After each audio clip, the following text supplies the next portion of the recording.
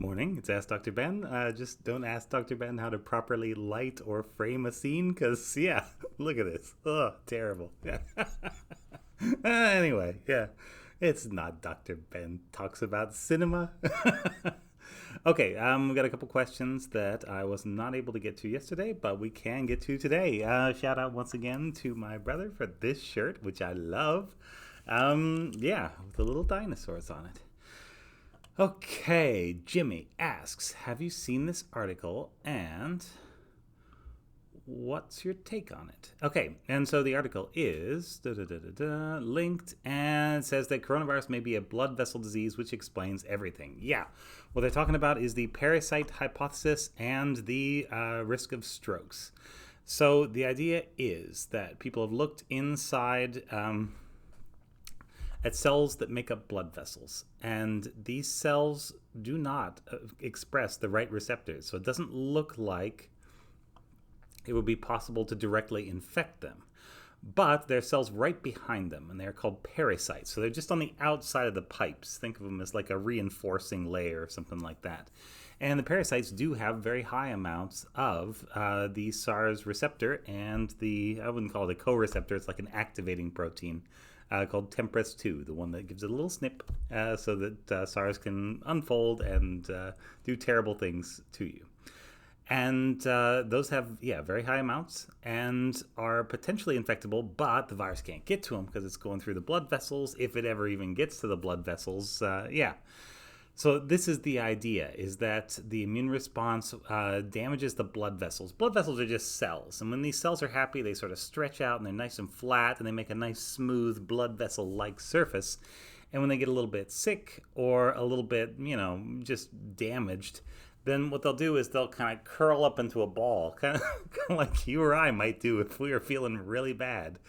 And when they do, of course, they were only maintaining the nice junctions between the cells that keep the blood, inside the blood vessel, because they were all stretched out and kind of attached, holding onto the cells next to them. And when they curl up, then the blood vessels get leaky. And so you get fluid leaking out. This can cause something called edema, which is fluid that builds up in little pockets around the body. It can build up in the lungs, it can build up under the skin, it can build up, a lot of different places. It's bad, all those places. It's never good for you. And it's a sign that usually something's wrong with blood vessels. Yeah, that's the most common thing. And you do see edema in SARS coronavirus, in the lungs in particular. And so there's this idea, well, maybe all these things are connected, and they are maybe also connected to the strokes. We know that there are lots of little miniature coagulation events. So this is like when your blood starts to clot, but just little tiny bits of it. And these things build up in the small little capillaries, and they can cause little tiny blockages. And so this is thought to be the mechanism behind COVID toes. It's just little tiny strokes down in your toe. Yeah, terrible. And then the idea is that these little clots eventually kind of lead to changes in blood flow and pressure that end up causing a big clot and a big damage to a larger vessel, which then causes, destruction to part of the brain, for example, which is very bad. Yeah.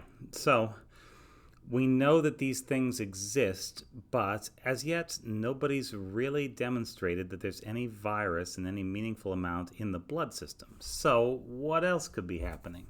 The other thing that could be happening is just that the immune response is causing all these same things to happen without the virus actually being there. So this is that cytokine storm, and the idea is that some of the factors that are released, so it's a factor called TNF-alpha, I believe, and there is macrophage inflammatory protein. There are a couple of those, and proteins like this are what we call highly pro-inflammatory. They will essentially provoke other cells into causing more reactions that will cause damage. That's the super basic level. And so the idea is that all this is happening in your bloodstream potentially. If the signals get there, then you'll have this sort of reaction in your bloodstream, which would mean that essentially anywhere that is connected to the bloodstream, no matter where it is in the body, would be at risk for some kind of damage, some kind of clotting, And yeah, your blood's constantly flowing around. So it doesn't matter where it is, it's just going to lodge in the smallest place where it can. Yeah, then cause some problems right there. So that's the idea. It's a pretty good hypothesis. There's a lot of physiology, like what doctors would study, behind this. There's not a lot of molecular biology yet, so we can't actually demonstrate the mechanism, at least as far as I have read, exactly and say that, yeah, it's definitely this. There's just a lot of tantalizing clues, and we know that there's a problem.